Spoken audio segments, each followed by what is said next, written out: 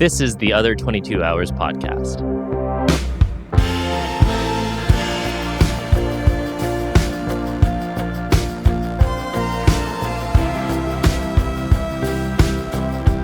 Hey, and welcome to this week's episode of the Other 22 Hours podcast. I'm your host, Aaron Shafer-Haiss. And I'm your other host, Michaela Anne, and we are on episode 108. And this week, we are featuring our conversation with Seth Walker. Seth is a singer, songwriter, guitarist, painter, author from North Carolina, originally and currently, but via Austin, Nashville, New Orleans, like every major... New York, the whole Americana circuit, musically speaking. And not Americana music, but like American roots music. He has put out like 12 plus albums. He has a book called Your Van is on Fire about touring life and being a traveling creative. And he's toured with the Wood Brothers, the Mavericks, Raul Malo of the Mavericks, Paul Thorn. He's a frequent collaborator with Oliver Wood and John O'Ricks, both of the Wood Brothers. And he has quite the story that he shares with us.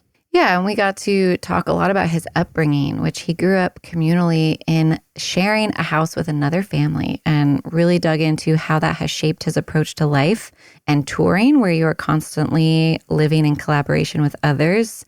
We talked about how intentionally moving from town to town, the different things he was seeking in those places and how it impacted him musically and creatively.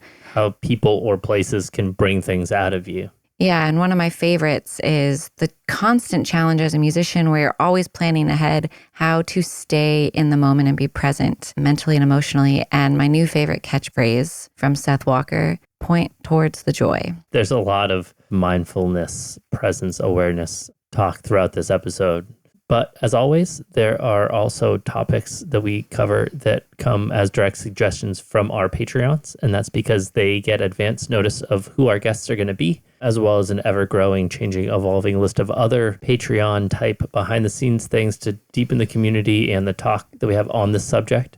It is also the sole way that we get financial support for the production of this show, which can be significant even with a show our size. So if any bit of that sounds intriguing to you, there's a link below in the show notes. And if you are a visual person, this conversation, as well as all of our other episodes, are over on YouTube. And go ahead and click that subscribe button if you're on the YouTube platform. All of these little things are very helpful to guarantee our growth and survival. Yeah, as always, thank you for being here with us. And without further ado, here is our conversation with Seth Walker. Thanks for making time to come and sit with us. Where in the mountains are you? You're not in Asheville. I'm just outside. I'm in Fairview, North Carolina, which is about 20 minutes outside of town. Were you impacted by the flood? Yes, but luckily I live up on a hill, so I didn't get flooded out or anything. But man, just like right down the way. I live on a little creek, and it just swelled up. And that morning, I remember looking out the window and seeing the trees kind of ragdolling. But honestly, guys, I didn't even plan on it at all. I don't think I'm alone with that. They said it's going to come up through Tallahassee or Pensacola enough. I thought we might get some wind and rain, but that morning I went down, there was like freaking trees and cars coming down our little creek. Yeah, took out the big bridge that leads up to about 50 or so houses back in here. Wow, definitely a morning. Yeah. That's crazy. Were you stuck on your land for a while? Yeah, we couldn't get out of here for about 7 days, I guess, as far as the bridge goes. We didn't have power for about 6 weeks. I know, it was wild. Did you stay in your house that whole time? Yeah, pretty much. My landlord and neighbor, luckily, has lived through 3 hurricanes in Houston. So he had this freaking like Armageddon generator up there, with a big ass gas tank and this buried in his yard. So I could go up there and get water, whatever, I needs to do. He's awesome. So he was helping out everybody because all these people there, they couldn't get water. Most of us were on a well, so we couldn't pump the water out. But my dad, he lives about a mile from me,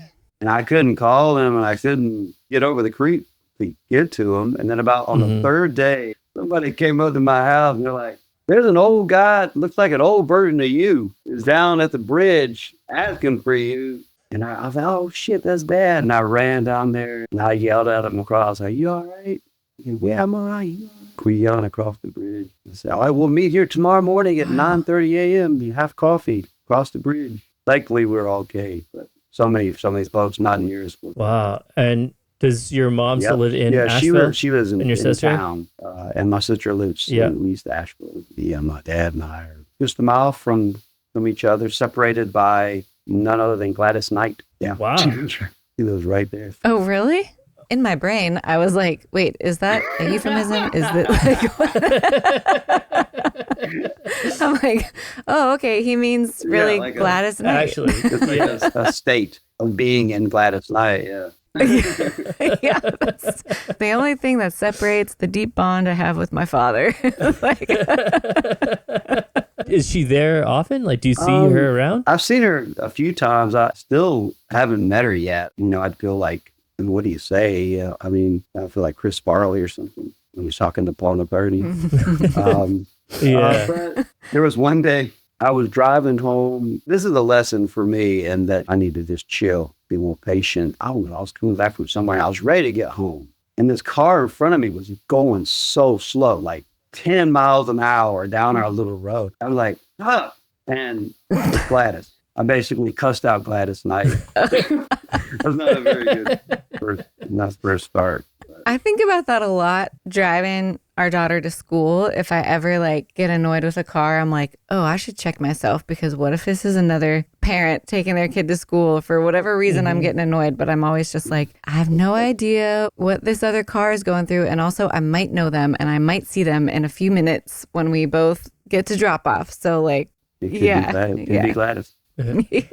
So all of this that we've touched on is just like such a great little microcosm of everything that I wanted to talk to you about this. Like, you have your family close by, all of whom play music. You grew up playing music together. You guys still get together, play music. And I am not surprised at all that Gladys Knight lives in between you and your dad, because your life seems to be full of the craziest coincidental stories, a lot of which are in your book, Your Van is on Fire.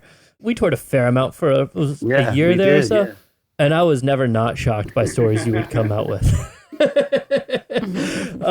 I guess just kind of want to start, like, please correct my history. You guys all lived on like a commune when you were born? Is that right? Well, I was about 3 years old, and my folks and this other couple, Jim and Susan Walton, they were just friends, just buds. Jim and Susan were going to buy some property out in rural North Carolina. And they're like, hey, do you want to just come with us and go check out this land? And just, I guess my parents were like 21 or 22. They were a little bit older. They were about 8 years older. Anyway, so they went out there and they were like, yeah, this is pretty cool, you know, country living and the ideology of living off the land and appealing to all of them. And then turns out they were like, maybe we could buy some property out here too, and then we could be neighbors. And then they were like, why don't we just buy a bunch of land and we'll have 2 houses and then we'll have a garden in the middle. And then I guess that turned into, after maybe some wine, turned into building one big log house. Jim and Susan, they had 3 kids, and I had a sister. So it was 9 of us, and they built it. They built the house, you know, with no carpentry chops at all. I don't know how they did it, but they put it together, and we lived like that communally for 13 years. Wow. So until you were I in was high 16, school. yeah. 16. Why did that end? I think it just, like many things, they'd kind of run its course. 13 years is a pretty damn good run. Yeah. For sure. So thankful for those years. So informative in so many ways. Yeah. I mean, talk about creativity as life. That's a pretty creative way to live. Your parents and Jim and Susan choosing to live that way is definitely like being creative with resources and approach. And I assume, like, from the conversations we had, music was around and y'all played. Yeah, and it was mostly classical music. I mean, my mom and dad are both Suzuki teachers. So we grew up playing the cello. My sister, they started her on violin when she was about 3 years old, which is that's kind of the deal with Suzuki. I started playing the cello around maybe 4 or 5. We played, oddly enough, Jim and Susan were not musicians at all. She was a nurse and he is a pharmacist, but they were magic. They were just, there was something about that polarization too, that seemed to balance them out. You know, also the dynamic of the age difference and a half a generation gap between them. And somehow this puzzle like is clicked.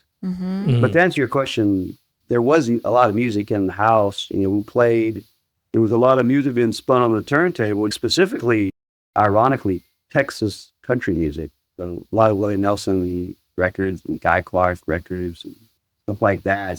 Jeff Walker, and all that. I mean, growing up with so many other people around, I think a lot about like lifestyle of choosing to be on the road a lot. And you're someone who has historically toured a lot, right? Correct me if I'm wrong, but where you spend a lot of days out of the year, a lot of years on the road. And that means you're in close quarters with other people. And that can be very challenging for some of us. So how has that growing up with not just your own parents and your specific nuclear family, but other people that I'm assuming became like family, but weren't blood related, but what that kind of like living in collaboration with multiple people and sharing space, if you're conscious of how that informed your relationship to touring, or if it just never seemed like anything you've thought about? This question, definitely adapting, being fluid with touring is like the only way, only word. And, with 9 of us living there, not counting all the other folks. I mean, it was a scene, man. I mean, like we had a lot of friends who would come. And so it was like this floating amoeba of energy that you can't control. Now, granted, I was pretty young. I do remember at the same breath feeling the power, the strength in numbers. Are you someone, and especially as it's translated to touring, are you someone that feels like you have to get away from the people to kind of collect yourself or regroup to then, and also be creative? Or are you very like able to be creative and get your energy with lots of people around? I need silence. Lots and lots and lots. Okay. Windshield time. Just, a lot of times I don't even listen to music, One thing that I struggle with out there is just energy fields coming at me all the time. Not only my, all the stuff I'm thinking and feeling, but I absorb a lot, Yep. With my bandmates or with the audience, the sound man. I'm really working on the constant practice is this idea that I'm not responsible for anyone's feelings other than myself. A big one. What does that practice look like tangibly, like in your day or while you're on tour? Does that mean carving out more time for yourself? Does that mean like blocking things out? One practice that I've been doing with it actually is trying to, I guess it's the Chinese thing where they have the 3, like in Indian, the 7 chakras, right? With ancient Chinese ways, there's 3, like your gut 1, your heart, and your head 1. And what I was realizing is when I'm out there on the road, when I'm suffering it, I'm absorbing all this energy into my head. And I'm intellectually trying to figure it out and process it and think for others and control and all this. And if you're all up here, you're going to be top heavy. You're going to be all down. To answer your question, like my practice would be like to take it here, take it in my lower so I can be a lot more grounded when I'm navigating through it. Another cool way is you take a like imaginary zipper and you zip up right here and you take it to your bottom lip and then lock it. And you take the key and you put the key in your pocket. And you got that key. Kind of a little protection. I don't know how you want to describe it, but wrapping yourself in light or whatever would help you when you're out there and all that noise and scatterings. Because when you're touring, especially when you're the headliner and you're taking a band with you, depending on if you're in a van, if you have a tour manager, what kind of level of the operation you're running, aside from like taking in the energy of the audience and each night of the show, I found it was always challenging to not take in everybody in the van. And are they feeling okay? Are they happy to be here? Are they mad about where we're stopping for lunch? Like all of that stuff. And I got to a certain point just really learning how to directly communicate with band members and be like, these are expectations. I cannot read your mind. I'm not going to spend any energy trying to, because I've done that for years. And if you have anything you're upset with, please come to me, because I will not know. And I'm not going to try and guess anymore. Yeah, I mean, if we keep thinking for others and think not only for your bandmates, what they want to eat for lunch, or if they're upset or blah, blah, blah. I mean, I think that's a great, Michaela, communication is key. You have to communicate with yourself and navigating with your bandmates and your audience too. You can't think for them. I mean, we're going to be tired. They're trying to think for an audience, man, we're going to be tired. Do they like it or do they, oh, these guys on his phone, well, he's not digging music, blah, blah. Maybe he's texting somebody that's in trouble. Maybe he's texting Gladys Knight. I don't know. Or maybe he's like, texting somebody to come to the show because you're missing out. Yeah. But like in our head, we're like, he hates it. This guy. Yeah. And now I'm like, maybe they're texting the babysitter, like, because they got kids at home and they got to check. Like, but yeah, when you're on stage, you're like, oh, wow, they're so bored. I'm not interesting. They hate what I'm doing. And it's just like, it's so taxing. You can't do that. And then you're also distracting from your performance, and to its detriment, like then, you know, the people who are really enjoying it, you're making it worse for them. But it's such a mental, I feel like there needs to be like a boot camp for touring musicians.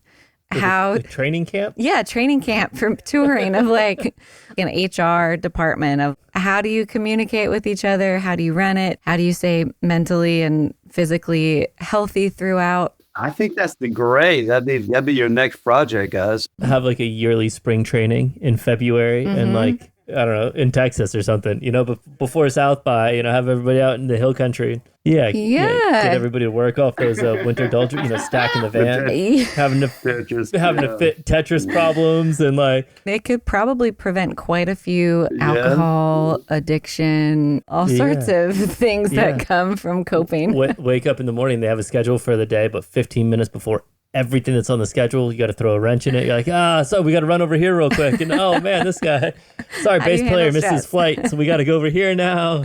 Yeah, it's just kind of like getting back to what we're talking about with the commune. You just got to be fluid. As long as I've been doing it, it's weird. It's like this control shit. The neurons, like this hardwired stuff. You want to control the situation, and that might actually come from like this kind of like a primal stuff of protecting yourself. Kind of feeling like, okay, I've got to control this because there's danger out there. Like, you know, you go out there to get food, you'll kill a bear, there's going to be danger out there, or kill whatever, there'll be danger. So we're still conditioned in there thinking that it's going to be danger and it's going to be fearful out. You're going to try to control that. And that's something I'm trying to rewire. Yeah. I mean, that's something we say on here a lot, is that the majority of the things in this business, you know, and specifically using the word business, are outside of our control. When we talk about the art, all of that is within our control. What we create, how we create it, all of that. But then you try to monetize that and you try to pay your bills with it. And all of a sudden, most of that is outside of your control. And it's maddening. And when you get to that place that it is possible to pay your bills with it and make a living, and you're lucky enough to do that year after year, you build this reliance on this for your livelihood, you know, and then, you know, you get further into the rabbit hole. And then, at least for me, the fear gets bigger. You get to a point that like, there's no turning back. The only way out is to keep going through. And you're like, okay, what do I do now? And so you got to balance, like you said, this primal fear, stress. I need security, predictability, steadiness. You need to fight that and hold that at bay enough to be able to think clearly and creatively on how to get yourself out of this. That also creatively can mess with you too. Because we like to eat, we'll find something that might work, you know, like a song, for instance, that might work. You know, people, oh, you like that. You like that song. Next thing you know, you have to be careful with that stuff, because then you'll start setting a trap for yourself. And kind of get what I'm getting at there with like, oh, that works, I'm going to do that again. I'll keep going back to that well. And then next thing you know, you're not following. It's so easy to justify because, like you said, we all like to eat. We need it for survival. Also, then the ego is at play of like, it feels really good when you make something that a lot of people respond to. And then it feels really good. And then also it makes you feel more secure financially when it's working. So you're getting work and you're hearing yes, and you're getting festivals and your income is rising. And then you're like, shit, I got to do that again. I think it's a trap. And then if it doesn't happen again, which for most people, you can't recreate that all the time. There's anomalies, of course, like the Taylor Swift. But even she thinks the scale just goes up, because I read interviews with her where she feels like her record reputation was like a failure because she didn't get 10 Grammy nominations, because that's what, once you get accustomed to things. So I feel like that is such a challenge in this business of following your creative path and not letting the need to survive influence it too much. I find that particularly hard because I'm like, oh yeah, I finally have gotten, the festival booking that I've always wanted. For 10 years, I've hoped I would get this and I finally get it. And like, I had a great year. And then, oh shit, well, what about this year? Nothing's happening this year. You're 3 years out from a record cycle. You've already played all those festivals. There's nothing new on the table. So you're not going to get those bookings this year. Your income is going to be different. Have you learned? Is that just a challenge that you accept is going to be there for the rest of your life? Or have you learned any ways to kind of navigate that? It's just a constant practice, because what we're talking about, these conditionings or these things, it's deep. It's just not something you can just switch on and find a new pathway with. It's just like any kind of like meditation practice, practicing your guitar. Like you have to physically sit down with yourself and, as I call it, regroup again to not get caught in those traps, because your ego is and your insecurities are just at the surface.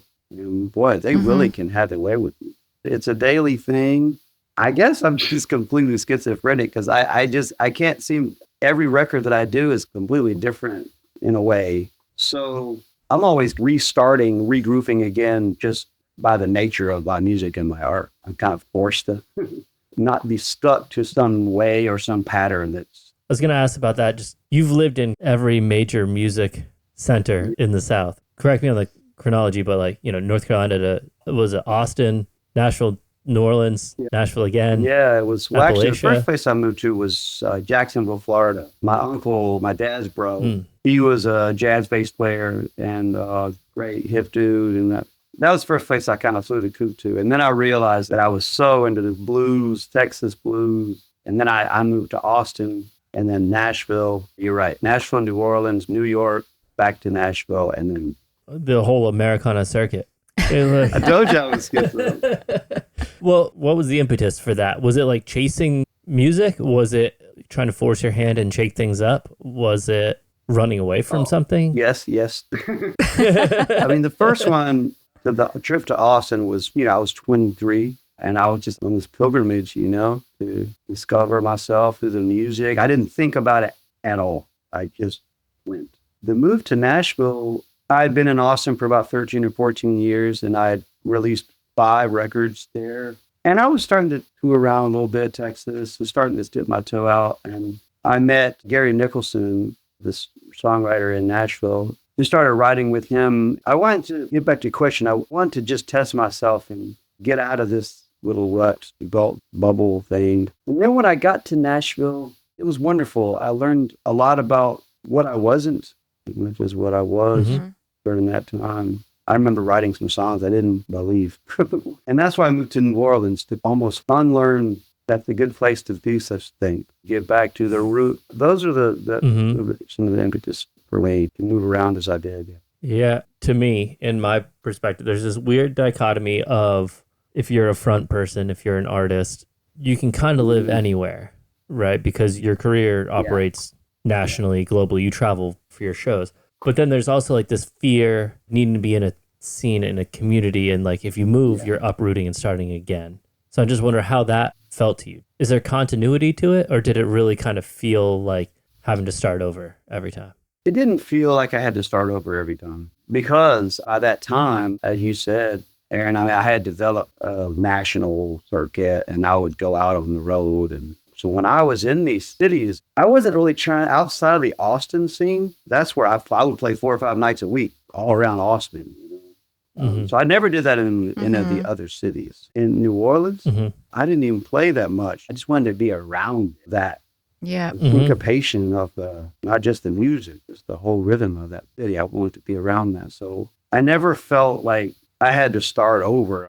As we alluded to earlier, Michaela, you asked me if I wanted quiet. And when I moved to New Orleans, yes, I was absorbent. I didn't have a big social scene, a social network of people. I feel like it's such an interesting question of like how place influences our creativity. Are we inspired by the city that we're in or the nature that is surrounding us? And then, of course, the community.